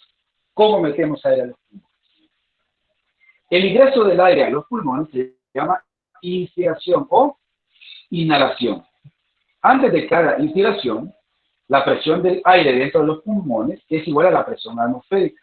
O sea, una atmósfera equivale a 760 milímetros de mercurio. Eso es una atmósfera. Para que el aire ingrese a los pulmones, la presión dentro de los alveolos debe ser un poquito menor. ¿Por qué? Porque lo que permite es que haya ese intercambio gaseoso, que entre aire hacia los pulmones. Y viceversa. Tiene que aumentar la presión dentro de los pulmones para poder sacar nosotros el aire que tenemos en los pulmones en la exhalación, o sea, cuando estamos sacando el CO2. A manera de ejemplo sería como que si tuviéramos a dos personas jalando una cuerda en cada extremo, los dos haciendo la misma fuerza, por lo tanto estarían generando la misma resistencia. O sea, en este momento estaría en equilibrio. ¿Por qué? Porque la cuerda no se va a mover para ningún lado, porque los dos están ejerciendo la misma fuerza. Pero ¿qué pasaría si yo incorporo a otra persona a un extremo de la cuerda? Entonces, las dos personas generarían una mayor fuerza, por lo tanto, desplazarían la cuerda para un lado. Entonces, lo mismo pasa en la respiración. Esto se llama gradientes, por decirlo de una manera, gradientes de presión de un gas, en el cual debe de disminuir la presión en una zona para que la presión de la otra lo pueda incorporar y viceversa, un proceso bidireccional. Por eso decía ahí que cuando nosotros inspiramos, aumentamos la presión atmosférica. ¿Por qué? Porque disminuimos la presión dentro de nuestro alveolo para permitir que entre el aire. Pero cuando sacamos el aire pasa lo contrario, aumentamos la presión en el alveolo para que venza la resistencia del aire atmosférico. Entonces, esa dualidad es la que ocurre en los procesos de inspiración y exhalación. O sea, cuando nosotros metemos aire a los pulmones y cuando nosotros sacamos aire de los pulmones. Una atmósfera, recuerden siempre, es equivalente a 760 milímetros de mercurio. Esa es la unidad de medida, en este caso, de los gases que vamos a ver. Porque nuestra atmósfera no solo tiene oxígeno, sino que tiene gases. Vamos a ver cómo hacemos para medir la presión parcial de cada uno pues, de esos gases que se están incorporando. Hay gases que tienen una mayor afinidad por nuestros receptores a nivel de la sangre. Por ejemplo, el dióxido de carbono es 26 veces más afín al oxígeno. Por eso es que rapidito nosotros pues podemos marearnos cuando comenzamos a hacer respiraciones profundas o cuando estamos soplando. Cuando nos ponen a encender un fuego y empezamos a soplar y nos ponemos mareados, es por eso, porque estamos nosotros captando demasiado CO2, o sea, estamos perdiendo oxígeno, y como la afinidad por el dióxido de carbono es mayor, entonces nos quedamos más fácil sin oxígeno que con dióxido de carbono. Entonces tenemos más dióxido de carbono en nuestro cuerpo y eso genera ese proceso de mareo. A eso es lo que se debe cuando nosotros nos mareamos, cuando nosotros estamos soplando, porque estamos acumulando dióxido de carbono y estamos liberando o no estamos captando el suficiente oxígeno, porque estamos haciendo respiraciones muy rápidas. Entonces estamos captando poco oxígeno, pero estamos acumulando dióxido de carbono. Para entender eso y comprender la presión de un gas, vamos a ver la ley de Boyle, o la ley de Boyle, como ustedes lo quieran llamar. Esta ley de Boyle expresa que la presión de un gas en un compartimiento, o sea, la presión de un gas en un recipiente, es inversamente proporcional al volumen del recipiente que lo contiene.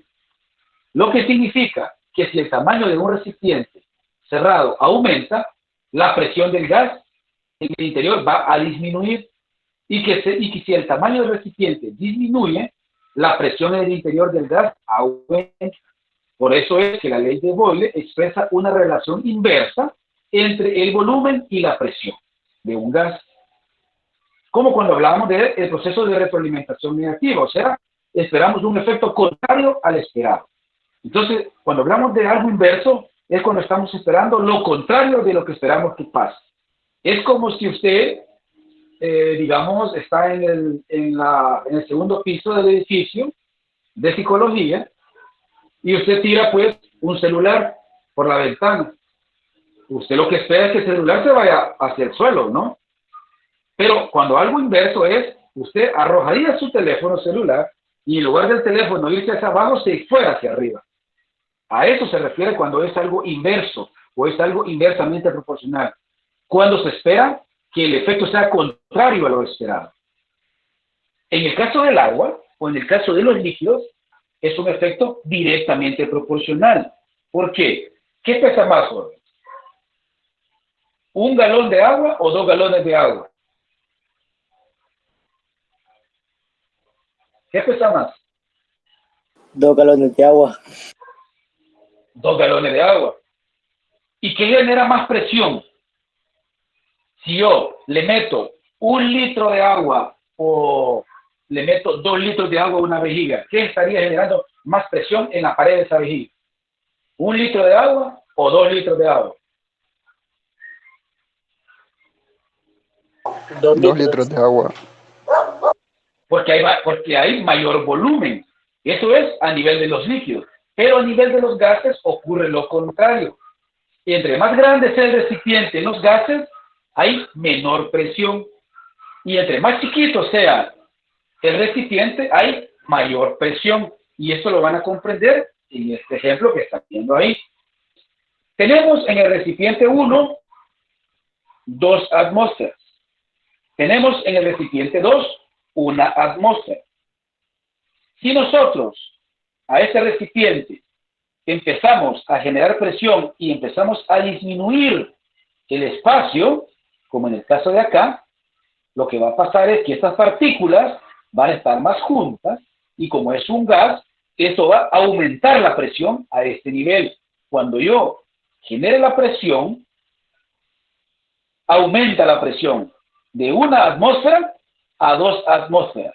Y aquí estamos viendo el proceso inversamente proporcional. O sea, a menor volumen del recipiente, mayor presión. Y a mayor volumen del recipiente, menor presión. Eso es inversamente proporcional. Igual pasaría acá, en este esquema de pistón. Si tengo aquí el pistón arriba, hay menor presión aquí y miren, el gas está más libre. O sea, tenemos 1 litro. 1 litro. Y tenemos 1 atmósfera de presión. Pero si este litro, a través de este pistón, yo le hago presión y lo redujo a la mitad, eso hace que el recipiente disminuya su volumen. Pero esta disminución y esta presión que yo ejercí hace que los gases tengan una mayor presión. Y pasa de 1 atmósfera a 2 atmósferas, aunque el recipiente solo es medio litro. En el caso aquí, tenemos 1 litro y 1 atmósfera. Pero cuando generamos o hacemos presión hasta la mitad, entonces ese gas comienza a tener una mayor presión. Eso es lo que expresa la ley de Boyle, que es inversamente proporcional, en la cual la presión de un gas va a aumentar en el interior de un cuerpo o de un recipiente cuando el volumen de ese recipiente sea menor. Por eso es inversamente proporcional a lo que ocurre en los líquidos. En los líquidos lo que pasaría es agua, medio litro de agua, y aquí va a quedar 1 litro de agua. Pero ¿quién genera más presión? El litro de agua, porque es más que el medio litro de agua. En cambio, los gases, por eso es inversamente proporcionales en los gases. ¿Se comprende por qué es inversamente proporcional?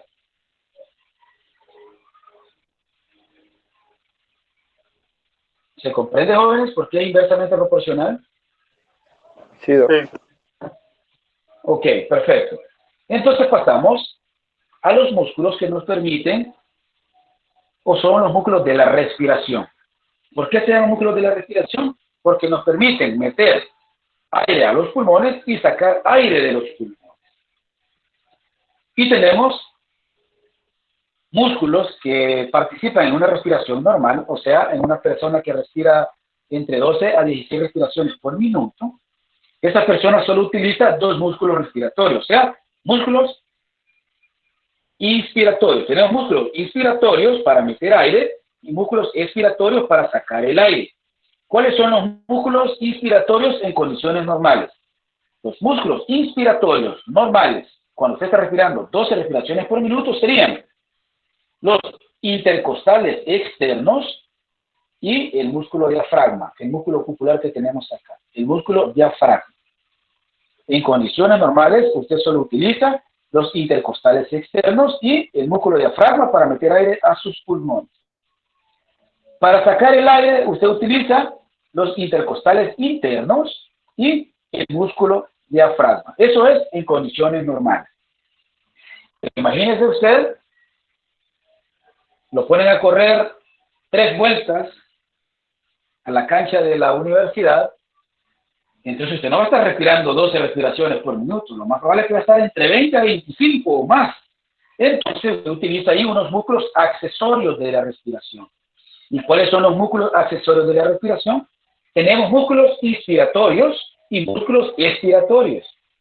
Cuando usted está respirando con dificultad y necesita expandir la caja torácica, entonces necesita de otros cuerpos musculares como son el esternocleidomastoideo, el escaleno, intercostales externos y el músculo diafragma. Eso es en condiciones de esfuerzo, los 4. En condiciones de reposo, intercostales externos y el diafragma. ¿Qué músculo va a ocupar para sacar el aire en condiciones de estrés? Va a utilizar los intercostales internos, va a utilizar el diafragma, el oblicuo externo, el oblicuo interno y también los rectos abdominales. Otro músculo que se me iba acá en los músculos accesorios de la respiración es el pectoral menor. Está a este nivel, pectoral menor. Y aquí podemos ver la representación de lo que hace el músculo diafragma cuando usted respira y cuando usted entra aire, usted capta el aire y usted libera el aire de sus pulmones. Cuando usted hace inspiraciones, el músculo diafragma se hace hacia abajo, o sea, desciende. Cuando usted libera el aire de los pulmones, el músculo diafragma asciende, o sea, se hace hacia arriba. Y esa es la dualidad que está ocurriendo en cada respiración. Cuando usted mete aire en sus pulmones, baja. Cuando usted lo saca, sube. Usted vuelve a respirar, baja y lo saca, sube. Eso es lo que hace el músculo diafragma. ¿Estamos bien?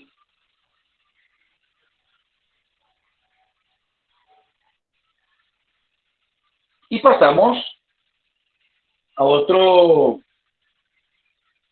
apartado que se llama los volúmenes pulmonares.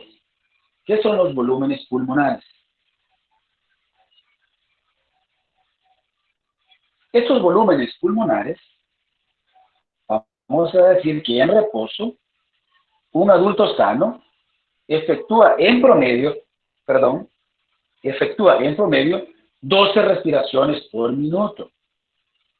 Y con cada inspiración, o sea, cada vez que entra aire a sus pulmones y saca el aire de sus pulmones, moviliza alrededor de 500 ml de aire hacia el interior y al exterior de los pulmones. Lo cual quiere decir que si yo estoy respirando 12 veces por minuto, en condiciones de reposo, cada vez que yo hago inspiraciones, meto 500 ml de aire en promedio.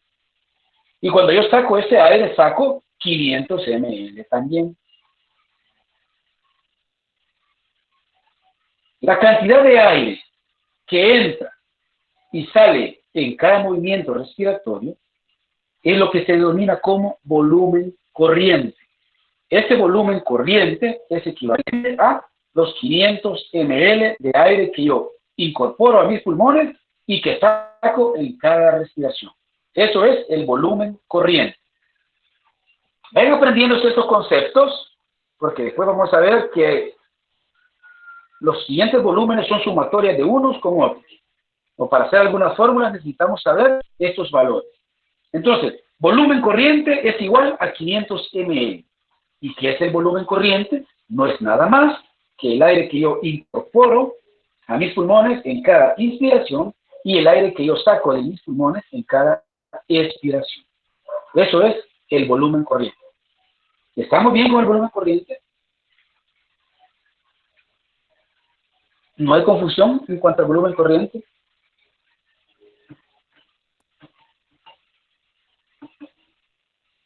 ¿Estamos bien, jóvenes, con el volumen corriente?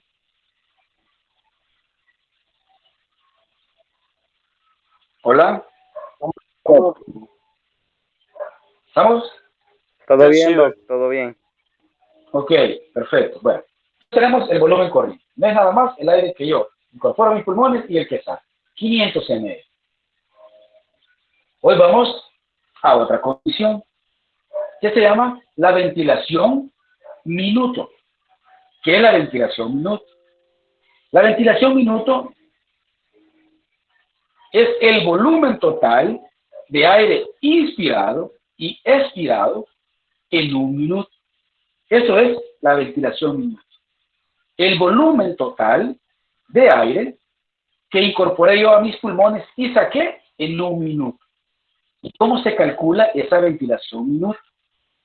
Esa ventilación minuto no es nada más que multiplicar la frecuencia respiratoria por el volumen corriente. Y como usted ya sabe que el volumen corriente son 500 ml y que la frecuencia respiratoria normal en promedio de una persona sana son 12 respiraciones por minuto, entonces lo único que tiene que hacer usted es multiplicar la frecuencia respiratoria por el volumen corriente. Y eso le va a dar la ventilación minuto. O sea, la cantidad total de oxígeno que entró a sus pulmones en un minuto. Eso es la ventilación minuto. Y la ventilación minuto para un paciente o para una persona que tiene un patrón respiratorio de 12 respiraciones y que incorpora en promedio 500 ml de aire a sus pulmones, vamos a decir que la cantidad de aire que movilizó esa persona es igual a 6 litros en un minuto. Eso es el volumen minuto. 6 litros minuto. En pocas palabras, quiere decir que usted incorporó 6 litros del gas oxígeno en un minuto con su patrón respiratorio de 12 respiraciones por minuto. ¿Se comprende que es un volumen minuto? Sí, doctor. ¿Se entiende de dónde sale? Ok. O sea, tiene que aprenderse esto porque en un examen yo le puedo poner un ejemplo de esto. Le puedo poner un ejercicio que usted me calcule el volumen o la ventilación minuto de X persona y yo le puedo dar los datos, o yo le doy un dato y usted tiene que saber el otro. Entonces usted tiene que saber estos parámetros. Tiene que saber qué parámetros va a utilizar, qué parámetros en condiciones normales y si esto puede variar. Porque yo le puedo cambiar en un examen la frecuencia respiratoria, le puedo cambiar también el volumen corriente y le puedo poner el volumen, otro volumen para que me calcule usted la ventilación minuto de esa persona específica, no necesariamente con este volumen corriente. O yo le puedo decir, el volumen corriente de X persona es de 700 ml, con una frecuencia respiratoria de 20 respiraciones. Entonces ya no le va a dar los 6 litros, le va a dar otro litraje. Entonces, para que no se casen solo con conceptos así como de perico, no, sino que interpreten de dónde viene eso. Entonces, ustedes saben que para sacar la ventilación minuto, usted utiliza dos variables. Utiliza la frecuencia respiratoria y utiliza el volumen corriente. Ustedes saben que en condiciones normales el volumen corriente son 500 ml. En mujeres y hombres. Y que la frecuencia respiratoria en promedio normal es de 12 respiraciones por minuto. Entonces, ahí estamos. Y estamos con los volúmenes pulmonares. Podemos hablar de este volumen corriente. Podemos seguir hablando de este volumen corriente. El volumen corriente varía en gran medida de una persona a otra, incluso en la misma persona, según pues la fuerza con la que incorpora este oxígeno a su cuerpo. En distintas oportunidades. En un adulto, alrededor del 70% del volumen corriente, equivale esto a 350 ml, alcanzan en forma efectiva la zona respiratoria del aparato respiratorio. ¿Qué quiere decir? Que de los 500 ml que yo incorporé a mi sistema respiratorio, solo el 70%, o sea, 350 de los 500, alcanzan la zona respiratoria. Y el otro porcentaje se queda en la zona de conducción. ¿Qué quiere decir? Que de los 500 ml que yo incorporé, solo 350 van a ser funcionales. Por eso les dice ahí que de los 500 ml del volumen corriente, solo el 70%, que equivale a los 350 ml, alcanza de forma efectiva la zona respiratoria del aparato respiratorio, o sea, el intercambio gaseoso. Es decir, a nivel, pues, de los bronquiolos respiratorios, de los conductos alveolares, los sacos alveolares, los alvéolos, que participan, pues, en la respiración externa o en la respiración pulmonar. El otro 30% restante, o sea, equivalente a 150 ml, permanece en las vías aéreas de conducción, o sea, las que hablamos en un inicio, que eran la nariz, la faringe, la laringe, la tráquea, los bronquios, los bronquiolos y termina hasta los bronquiolos terminales. Por eso decíamos que en la zona de conducción no hay intercambio gaseoso, solo sirve para transportar el aire. Entonces, esos 150 ml se quedan atrapados en esa zona de conducción, una zona que nunca se da intercambio gaseoso, o sea, solo es un aire de relleno. Es el aire que queda que queda en la vía aérea, pero que no es un aire funcional.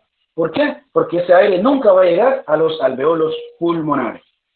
Entonces, en conjunto, las vías aéreas de conducción con el aire que no participa en el intercambio respiratorio constituye un espacio que recibe el nombre de espacio muerto anatómico respiratorio. ¿Por qué? ¿Por qué se llama espacio muerto anatómico? Porque no es una zona de transferencia de gas. O sea, ahí no se da cambio de gas. Por eso es un espacio muerto. Un espacio que solo se rellena de aire, pero que ese aire en ningún momento entra en el proceso de intercambio gaseoso. Por eso se llama espacio muerto. Si yo les preguntara de cuánto es el volumen del espacio muerto, usted va a decir 150 ml. Es un aire que nunca, en el cual se da intercambio gaseoso. Todo se queda en la zona de conducción. Si yo le digo cuál es el volumen funcional del volumen corriente, usted me va a decir 350 ml. Porque ya sabe usted que de los 500, solo 350 van a ser funcionales. O sea, solo 350 va a llegar a la zona respiratoria. Y los otros 150 se quedan en la zona de conducción. ¿Estamos, jóvenes? Sí. ¿Estamos bien? Ok. Entonces nos quedamos hasta acá. El día de mañana yo reparto los temas de exposición. Por eso voy a dejar una parte para el día de mañana, porque vamos a tener tiempo para hacer eso de la repartición de temas y quizá de un solo vamos a hacer la repartición también en el orden en el que van a pasar. Entonces, por eso voy a dejar la clase hasta acá, para que no me quede cortado el otro componente, porque el otro componente es casi similar a este de muchos procesos y de interpretar las cosas, no solo de aprendérselas, sino saber de dónde vienen. Entonces, para no cargarlo con tanta información, lo voy a dejar hasta acá. Y el día de mañana vamos a ver esto de la frecuencia ventilatoria, que no es lo mismo que la ventilación minuto. Doc, Parece no ser... perdón Hola, que lo dígame. interrumpa. Dice Hola. que nos va a dar los temas mañana. ¿Por qué medio? ¿Por el WhatsApp nos va a mandar o nos va a hacer un link para una página para eso? No, es que vamos en la clase, te lo voy a dar. Por eso le digo que voy a La dejar clase del mi parte de jueves. la clase y la Pero, otra...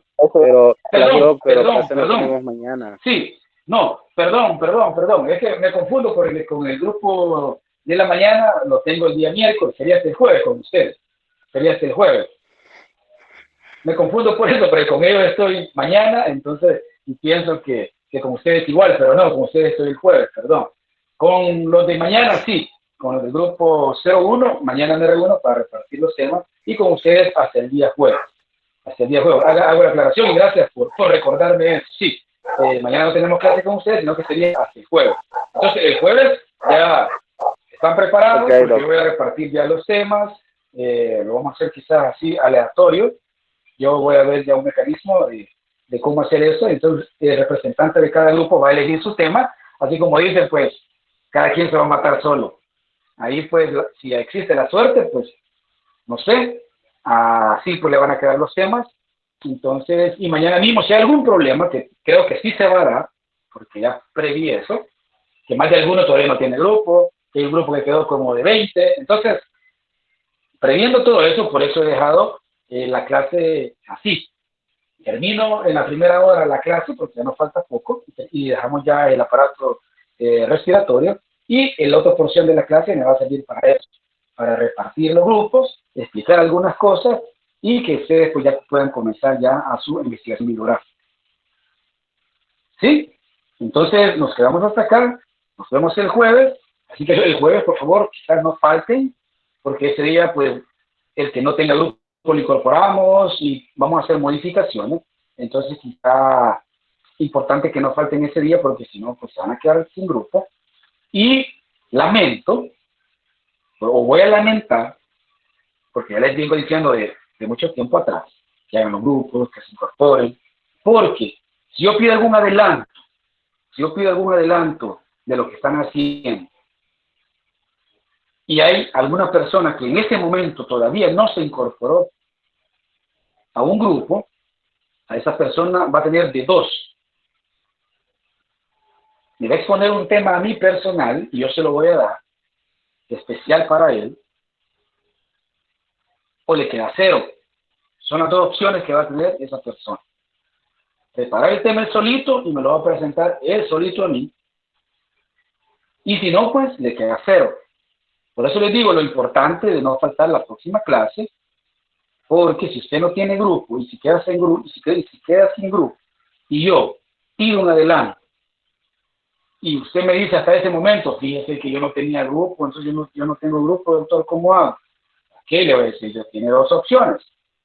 Le voy a dar un tema que lo va a investigar usted solito, va a preparar su exposición de todo el tema, va a preparar el trabajo usted solito y lo voy a calificar a usted solito también. Y si no, pues que le quede 0. Entonces, a usted depende ahí.